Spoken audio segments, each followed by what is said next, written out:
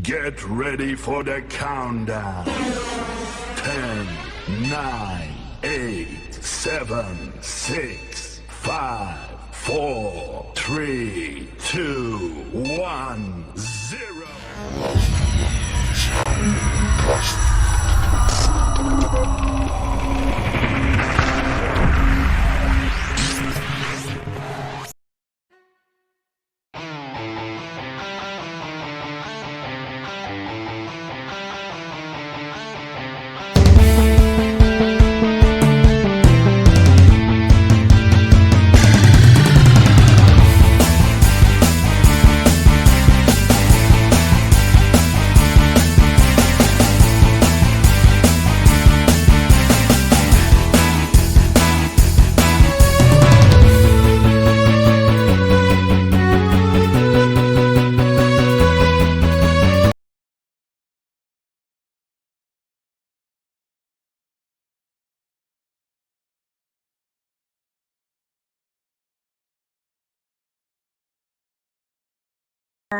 Selamat sore. Selamat sore Pak Rohman. Oh iya, bagaimana kabarnya hari ini Bu Nani? Alhamdulillah Pak, sehat luar biasa. Bagaimana kabar Pak Rohman hari ini? Alhamdulillah Bu, alhamdulillah sehat semuanya. Auranya Bu Nani juga terpancar gitu. Sangat seperti kata Pak Rohman ya, tergantung amal perbuatan. Tergantung amal dan perbuatan. Oh ya, kemarin katanya jenengan menghubungi saya. Kalau boleh tahu ada apa ya Bu Nani ya? Iya Pak Rohman, kemarin saya telepon jenengan itu maksud hati saya hari ini saya ingin berbincang-bincang dengan Pak Rohman. Ya berkeluh kesah begitu loh Pak tentang keadaan murid saya di kelas 1. Kira-kira Pak Rohman ada waktu nggak ya? Oke Bu, tentu saja saya ada waktu, saya siap mendengarkan apa saja yang menjadi keluh kesah panjenengan. Monggo silakan cerita Bu. Ya, terima kasih saya ucapkan sebelumnya Pak Rohman sudah meluangkan waktu.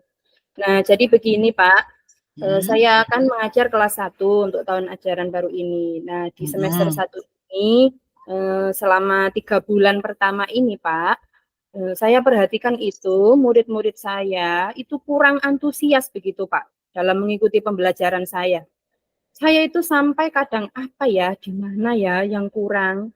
Terus kemudian ya kadang kalau diberi tugas itu Pak, tidak semuanya bisa selesai tepat waktu begitu Pak Rohman. Nah itu Pak Rohman keluh kesah saya yang ingin saya sampaikan. Sebenarnya unek-unek saya ini sudah lama gitu Pak, tapi baru bisa menghubungi jenengan kemarin itu dan alhamdulillah hari ini bisa bertemu Pak Rohman. Itu Oke, Pak. saya paham Bu ya. Saya paham, pasti tidak mudah ya Bu ya menghadapi situasi yang seperti itu. Betul, Jadi, betul sekali Pak Rohman. Apa harapan Ibu dari percakapan kita kali ini Bu?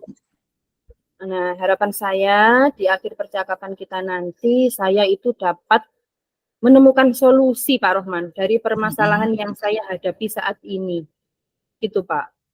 Baik, mari kita coba ya Bu ya telusuri bersama menurut Ibu apa saja sih yang menjadi penyebab utamanya murid-murid panjenengan itu kurang antusias Bu dalam saat belajar itu. Penyebab utama ya Pak Rohman. Iya. Saya ingat dulu kalau saya rasa-rasa Pak Rohman, pembelajaran saya kemarin-kemarin itu memang ya begitu-begitu saja Pak, terkesan apa ya, monoton lah Pak Rohman ya. Saya menyadari juga akan hal itu. Saya itu setiap harinya itu ya ceramah, banyak ngomong gitu Pak. Terus kalau sudah saya sampaikan materinya yang ada di buku paket itu, anak-anak saya beri tugas gitu, saya beri pertanyaan. Kemudian anak-anak mengerjakan, kalau sudah ya saya nilai begitu Pak. Mungkin pembelajaran saya ya yang mungkin terlalu monoton dan datar-datar saja gitu Pak Rohman. Kemudian selain pembelajaran yang saya lakukan mungkin juga bisa dari LKPD saya mungkin Pak. Anak-anak itu saya kasih tugas, kemudian tugas saya itu sama Pak Rohman. Dan anak-anak itu ada yang selesai, ada yang dapat setengah, ada yang cuma dapat sepertiga saja itu terus waktunya habis dikumpulkan, Begitu Pak, jadi saya merasa belum tuntas gitu Pak pembelajaran yang saya lakukan. Mungkin dari dua hal itu yang utama ya Pak Rohman ya. Oke, jadi yang pertama tadi seperti itu Bu ya. Intinya Iya. pembelajaran yang sangat monoton sehingga menyebabkan murid-murid panjenengan merasa tidak enak, tidak kurang interaktif, kurang apa ya, intinya kurang kreatif itu seperti itu ya Bu ya. Kemudian sehingga pengerjaan LKPD-nya juga tidak bisa secara tuntas Bu ya. Kalau menurut jenengan, kalau menurut jenengan itu apa yang bisa dilakukan Bu untuk membuat pembelajaran bisa lebih menarik dan interaktif seperti yang saya idamkan, itu seperti apa Bu kira-kira? Kalau dilihat dari masalah saya yang pertama itu kan pembelajaran saya Pak ya yang bermasalah. Iya. Mungkin saya bisa menerapkan metode yang lebih membangkitkan semangat anak-anak gitu Pak. Maksudnya anak-anak itu dibuat berkelompok misalnya ya. Kemudian saya kasih tugas LKPD-nya itu yang agak variatif, yang agak seru gitu Pak, menantang buat anak-anak. Gitu Pak Rohman. Ya. Seperti itu ya. Metode dan media serta LKPD-nya mungkin akan saya perhatikan lagi Pak Rohman. Biar anak-anak itu semangat, saya mungkin akan cari referensi dan sebagainya itu buat anak-anak saya. Supaya mereka itu lebih banyak bergeraknya ya Pak Rohman ya. Bukan sayanya yang apa ya istilahnya ngomong terus tapi tidak masuk di benak anak-anak gitu Pak. Mungkin seperti itu Pak Rohman. Wah, ide yang bagus Bu ya. Ide yang bagus, saya apresiasi idenya jenengan. Terus untuk bagaimana tugas Bu? Menurut murid-murid misalnya, tampaknya yang bisa kurang termotivasi untuk mengumpulkan tugas itu bagaimana cara sampean seperti itu? Supaya bisa termotivasinya itu. Kalau kemarin-kemarin kan saya pukul rata gitu aja ya Pak. Gitu, dipukul rata semuanya Bu ya.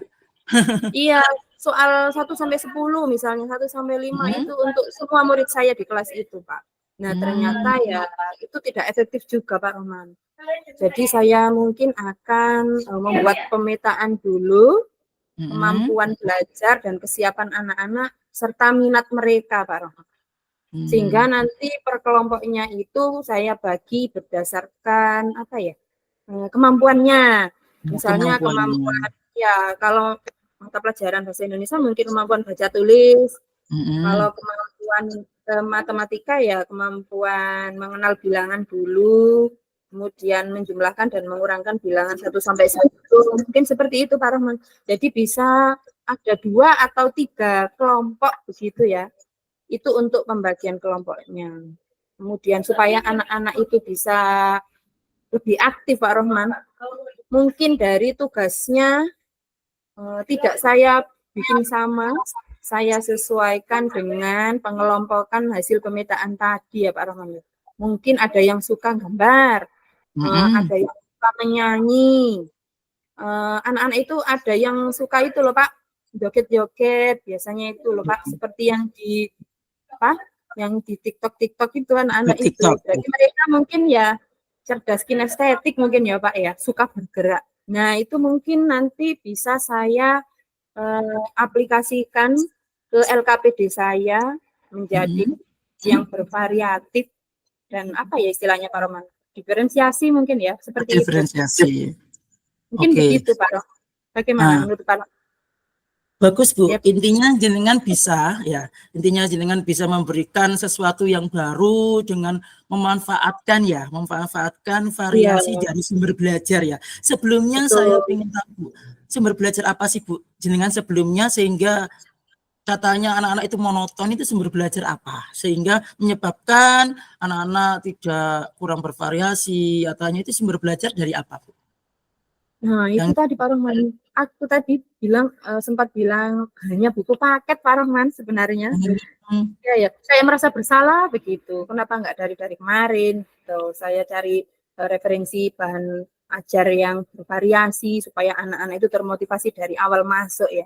Mungkin nanti sumber belajarnya akan saya tambah Pak Rohman. Mungkin bisa dari video YouTube ya. Anak-anak kan senang ya kalau kita setelkan video-video begitu lebih masuk di benak anak mungkin Pak. Karena terhubung dengan pengalaman sehari-hari kalau di video itu. Kemudian ada gerak dan lagu.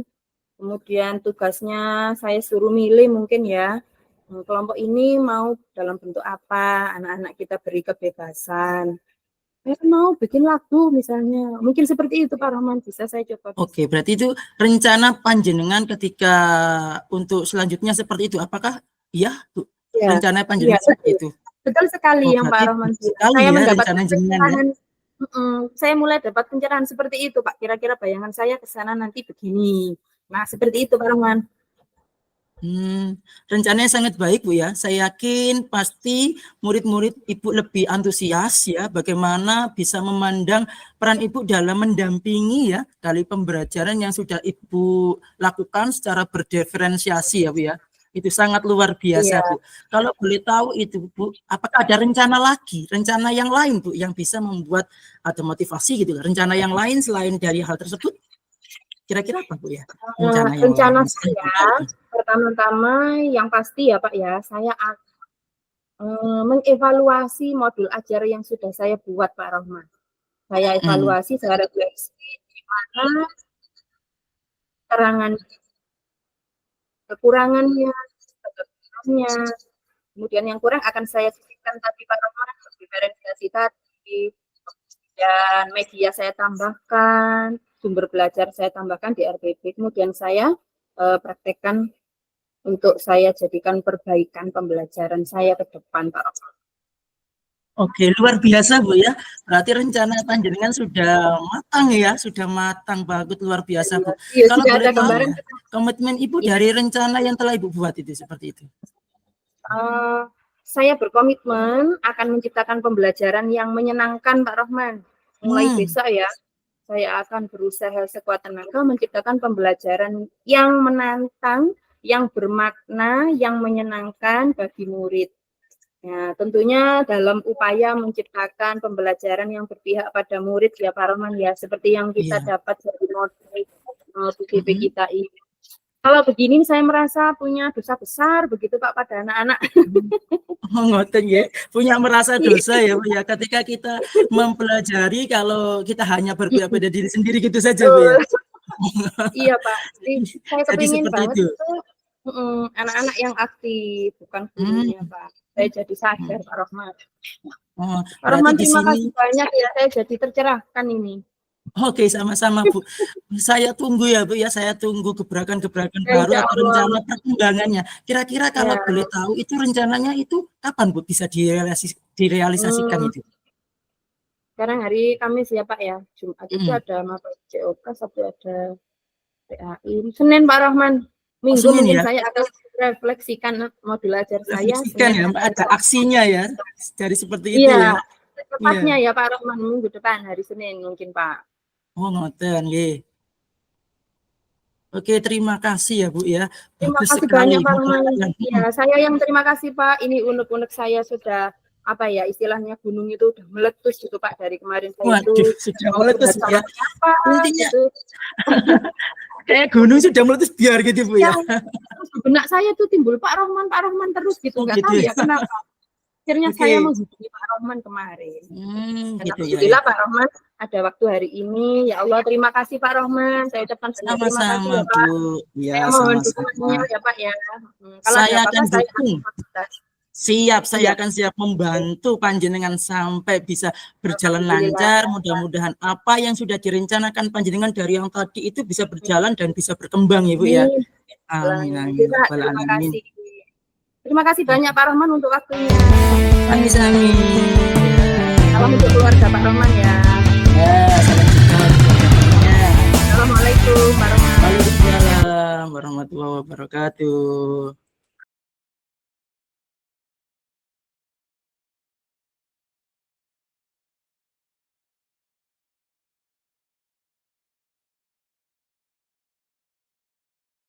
Assalamualaikum Pak Rahman. Waalaikumsalam Bu Nani. Bagaimana kabar Pak Rahman hari ini? Alhamdulillah Bu. Ya ada sedikit lah yang keluh sakit Bu, tapi ya bahagia tapi sedikit gitu Bu. Iya, kemarin mohon maaf ya Pak, dengan telepon itu saya itu sedang ada sedikit kegiatan, jadi belum bisa menghubungi Pak Rohman kembali. Baru hari ini saya bisa menghubungi Pak Rohman ya, alhamdulillah.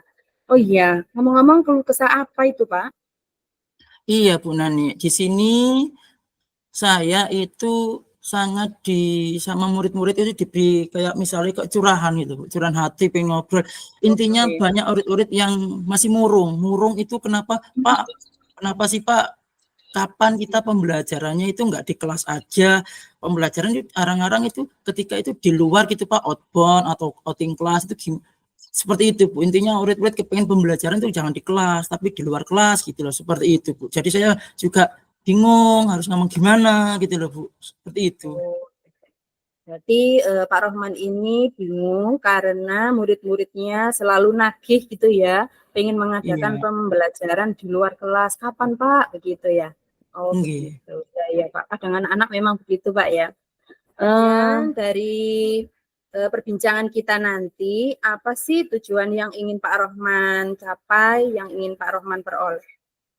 Nah, tujuan saya ketika perbincangan nanti ada solusi, Bu. Solusi atas permasalahan saya, bagaimana caranya agar saya bisa mewujudkan anak-anak pembelajaran yang tidak hanya di dalam kelas, tapi bisa di luar kelas, seperti outbound atau outing kelas, seperti itu. Seperti itu, iya, ya, betul Nggih. Pak. Kemudian menurut Pak Rohman, hal-hal apa saja yang mendasari kok anak-anak itu bisa sampai antusias Pak, ingin melaksanakan pembelajaran di luar kelas? Menurut Pak Rohman apa saja hal-hal itu? Nah, kalau yang pertama itu anak-anak terkadang itu merasa boring, Bu. Meskipun pembelajaran di kelas iya, boring, merasa bosan. Pak, pembelajaran di kelas saya pengen loh mengetahui yang lain gitu loh. Pengen pembelajaran di luar kelas, ben enak Pak gitu. Yang pertama itu, artinya kebosanan. Yang kedua, ternyata juga ketika saya menggali, saya ingin anak-anak juga bisa adanya pembelajaran di luar kelas yang intinya bisa mengetahui dan mengekspor pengetahuannya, Bu. Bukan hanya di dalam kelas yang hanya papan tulis lah yang ditemui kemudian hanya gurunya saja, tapi kalau kita bisa di luar kelas atau outbound atau outing kelas, itu banyak pengetahuan yang baru. Kemudian bisa kita mengetahui secara religius, Bu ya. Ciptaan-ciptaan Allah itu begitu banyak. Jadi anak-anak bisa mengenal, terutama anak kelas 1 dan 2 itu bisa mengenal ciptaan-ciptaan Allah secara nyata gitu, bukan hanya gambar gitu loh, Bu. Iya, benar sekali Pak Rohman. Wah, menarik ini Pak Rohman. Awalnya dari anak-anak, kemudian Pak Rohman sendiri menyadari bahwa ternyata penting ya kegiatan pembelajaran di luar kelas itu. Ya, saya bisa paham itu Pak. Kira-kira apa saja yang dapat memberikan solusi kegiatan tersebut supaya nanti dapat terlaksana Pak Rohman? Kira-kira apa yang Pak Rohman lakukan? Saya yang pertama itu Bu ya, saya ingin berkoordinasi dengan wali kelas Bu. Karena apapun itu, saya kan cuma guru mapel, saya ingin berkoordinasi dengan wali kelas, bagaimana sih caranya bisa koordinasi, boleh enggak kalau pembelajaran ini dilakukan di luar kelas seperti itu. Kalau wali kelas mengizinkan, saya akan berkoordinasi lagi dengan kepala sekolah. Dimana kalau kepala sekolah mengizinkan juga untuk bisa pembelajaran di luar kelas, makanya adanya pertemuan, yaitu baik paguyuban ataupun wali murid.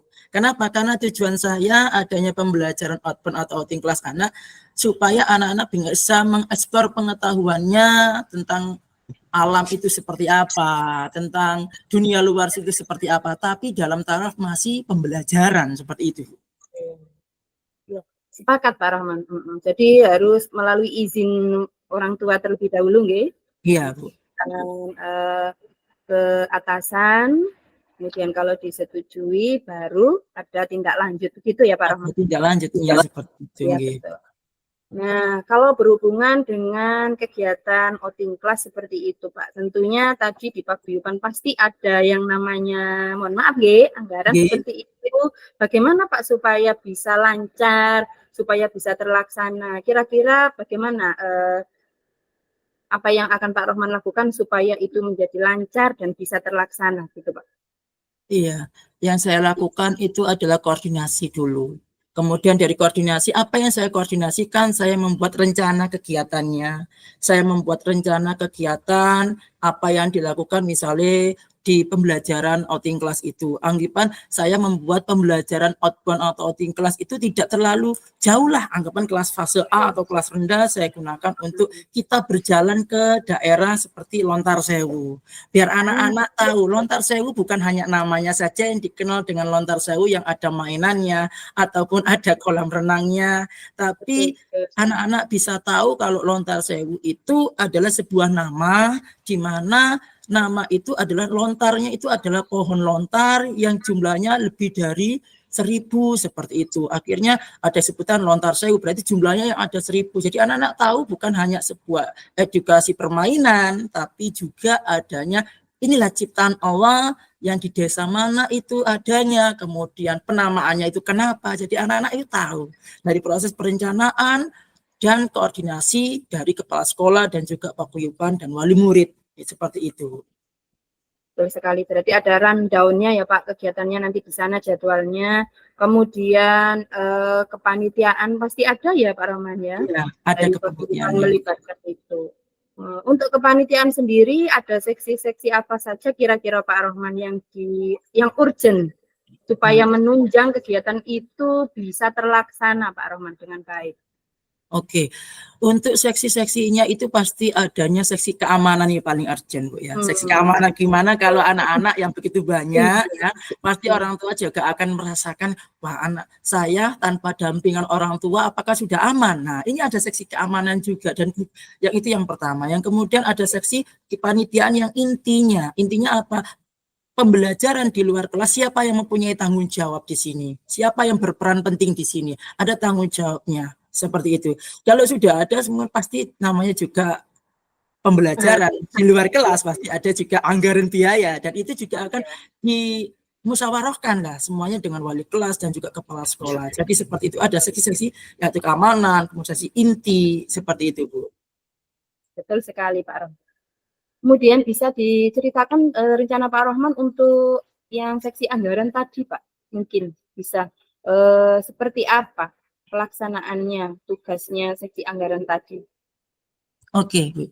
Gini Bu ya, kalau untuk seksi anggaran sendiri saya ingin itu karena di sekolah itu ada tabungan wajib di mana anak-anak punya tabungan wajib ketika ada kegiatan misalnya ada kegiatan outbound atau outing class, itu anak-anak bisa mengambil dari situ dan tidak membebankan dari orang tuanya. Terutama kalau kita nggak jauh-jauh lah, misalnya outing classnya ke Lontar Sewu. Nah, intinya juga bisa membuat pembelajaran kepada anak, religiusnya kita ambil dapat bahwa ini ada ciptaan Allah, kemudian edukasinya ketika kita mempelajari di mana ke Lontar Sewu di Indrasari Pak. Nah, kemudian ada apa saja, ada permainannya. Nah itu kita anggaran biaya itu seberapa? Misalnya seperti kita minimalisir nggak sampai terlalu mahal. Kita naikkan misalnya kita bisa berangkat dengan odong-odong. Intinya pokoknya kita cover pembiayaan dengan tabungan wajib seperti itu supaya kita rinci berapa besar biayanya. Nah, udah seperti itu. Jadi ada anggarannya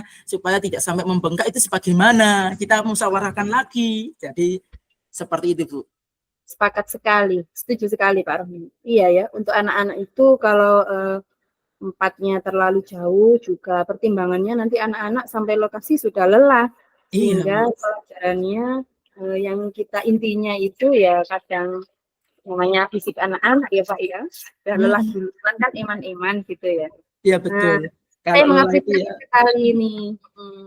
Kalau lelah yang zaman anak bukannya tambah suka, tambah ya sudahlah nggak jadi pembelajaran. Nah, dia seperti itu. Gitu. Kalau misalnya memang diizinkan, tapi kalau memang nggak diizinkan karena takut biaya mahal ya sudah nggak usah ke tempat luar, kita bisa daerah keliling aja, kita mengetahui dengan jalan, misalnya kita bisa belajar di luar, intinya enggak di dalam kelas yang hanya dengan monoton aja, tapi pembelajaran di luar kelas supaya anak-anak mengetahuinya, oh ini namanya apa, seperti itu. Jadi ada pembelajaran yang lebih seru lagi lah, tentang kenyataan, oh Allah itu sudah menciptakan alam, buat siapa alam ini, gitu loh. Kalau misalnya Allah sudah ciptakan alam ini buat siapa? Buat kita. Anak-anak biar tahu ciptaan kalau Lontar Sawah itu seperti siapa yang ciptakan, seperti itu. Nah, sekarang Pak Rahman sudah ada gambaran rencana teman dalam waktu terdekat apa? Rencana saya adalah memusyawarahkan kepada wali kelas, kepala sekolah dan paguyuban, kemudian membuat surat pernyataan agar menyetujui apa enggak tentang rencana yang akan saya buat untuk outbound atau outing kelas tersebut itu. Super sekali. Kemudian komitmen Pak Rahman? Komitmen saya yang saya ingin laksanakan adalah saya ingin pembelajaran ini menjadi pembelajaran di luar kelas yang menghasilkan sesuatu yang dimana anak mengetahui ciptaan Allah itu betapa besarnya. Gitu. Super sekali. Terima kasih ya Pak Rohman. Pak Rohman itu secara tidak langsung memberi gambaran kepada saya juga. Ternyata penting sekali outing kelas itu ya. Iya, ada juga yang penting guru-gurunya juga tambah senang. Sampai ini bagaimana Pak Rahman? Unek-unek disampaikan lagi? Oh sudah Bu, alhamdulillah Bu, unek-unek saya juga tersampaikan semuanya. Jadi punya gambaran lah, intinya saya punya gambaran ketika pembelajaran di kelas, tapi di luar kelas itu ada gambaran. Terima kasih ya Bu Nania, sudah meluangkan waktunya untuk saya. Akhirnya saya bisa mengeluarkan unek-unek yang sudah saya ingin ngomongkan kepada sampean gitu loh. Saya siap selalu kalau Pak Rohman membutuhkan teman untuk berbincang-bincang seperti ini. Iya, terima kasih ya Bu Nani. Sama-sama Pak Rohman. Iya. Assalamualaikum. Waalaikumsalam.